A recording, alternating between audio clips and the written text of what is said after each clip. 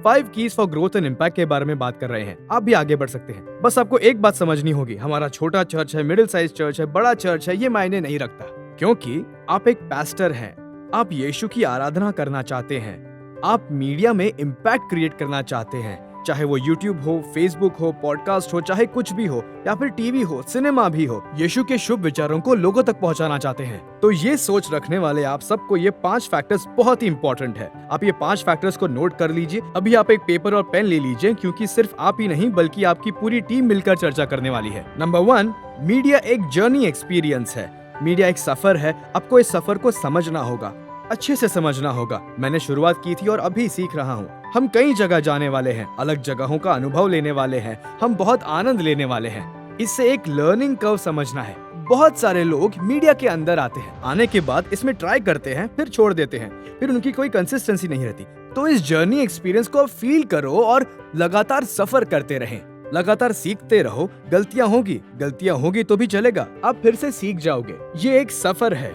इस कॉन्सेप्ट को अगर आप समझ गए तो आपका पहला फाउंडेशन बहुत आसान हो जाएगा। फिर भी मैं एक जर्नी में हूँ, बहुत कुछ सीखने वाला हूँ, बहुत घूमने वाला हूँ। ये मानकर अगर उस जर्नी के फील्ड में आप आ गए, ये ग्रोथ एंड इम्पैक्ट बहुत आसान हो जाएगा। ये था पहला पॉइंट। सेकंड पॉइंट, ये जर्नी एक्सपीरियंस के अलावा अभी के आज के हालात को अडेप्ट करना है। ये अडेप्टेशन बहुत ज्यादा जरूरी होता है। बहुत सारे प्रेयर सर्विसेज आप देखेंगे तो करंट ट्रेंड्स को अडेप्ट करते हैं। जब आप अडेप्ट करते हैं, जरूरी नहीं सब कुछ अडेप्ट करना है। जो चीज आपको जमती है वही अडेप्ट करना है। मेरी जानकारी में 80 के दशक में मेरे पिता अंकल की शूटिंग संभाला करते थे। कैमरा जब पहली बार गवर्नमेंट से लिया था तब जीसस कॉल्स कैमरे लिए थे। उस वक्त उन्होंने करंट ट्रेंड्स की चीजों पर ध्यान दिया था। मैं क्यों ये एग्जाम्पल्स दे रहा हूँ? क्योंकि आज वो सक्सेसफुल हैं। क्योंकि जितना उन्होंने अपने सर्विस पर ध्यान दिया, जो भी सर्विस पर ध्यान दिया, उन्होंने मीडिया पर खास ध्यान रखा। तो उन्होंने करंट ट्रेंड्स को अडेप्ट किया और उसके साथ साथ मीडिया को भी विकसित करते रहे। आज बड़े बड़े मिनिस्ट्री बढ़ने के कारण मीडिया को उन्होंने अडेप्ट किया और उस पर खास ध्यान दिया।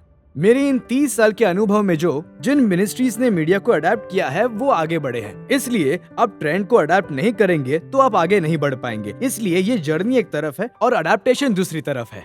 तीसरा पॉइंट, आपको हर चीज सिलेक्ट, मैनेज एंड ट्रेन करना है। चुनना, प्रबंध और प्रशिक्षण, ये 3 फैक्टर्स को ध्यान रखना है।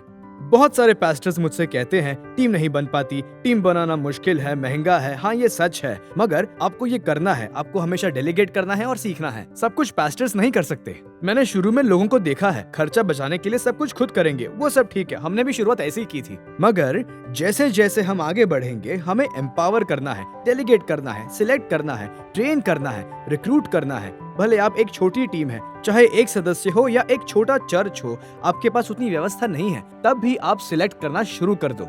आपके टीम में चर्च के यूथ मेंबर्स को जरा देखो, कुछ ना कुछ टैलेंट होगा। उनको थोड़ा इंप्रूव करो, सिलेक्ट करो, एम्पावर करो और उनको ट्रेन करो। फोर्थ पॉइंट है, क्या आपका कंटेंट क्रिएटिव है?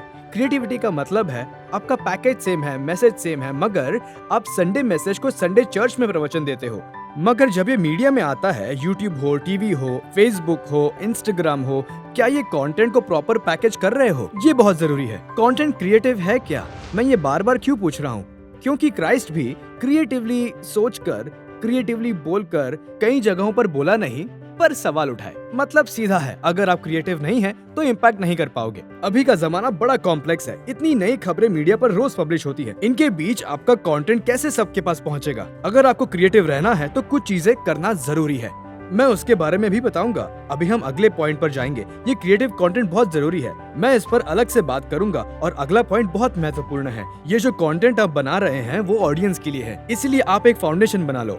Audience first. मैं जो कर रहा हूँ ऑडियंस के लिए है। जब आप ऑडियंस के लिए बोलेंगे तो ऑडियंस उससे कैसे रिसीव करेंगे, और ऑडियंस रिसीव करके क्या कॉल फॉर एक्शन करेंगे? क्या उनका फीडबैक इमोशनल है या इंटेलेक्चुअल है? बहुत सारे लोगों का कंटेंट दिमाग तक जाता है पर दिल तक नहीं।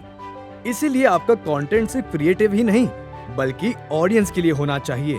बेहतर कहूँ तो दिल को छूना चाहिए, मन को छूना चाहिए, इमोशनल कनेक्ट करना चाहिए।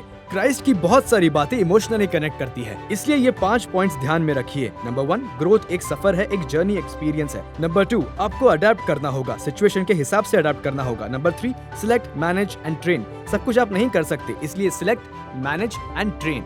नंबर 4, क्या आपका कंटेंट क्रिएटिव है? मेरे कंटेंट को मैं पैकेज कर रहा हूँ पर वो क्रिएटिव नहीं है। अगर आप ये फील कर रहे हैं तो सारे वीडियोस देखें। नंबर 5, मैं ये किसके लिए बना रहा हूँ?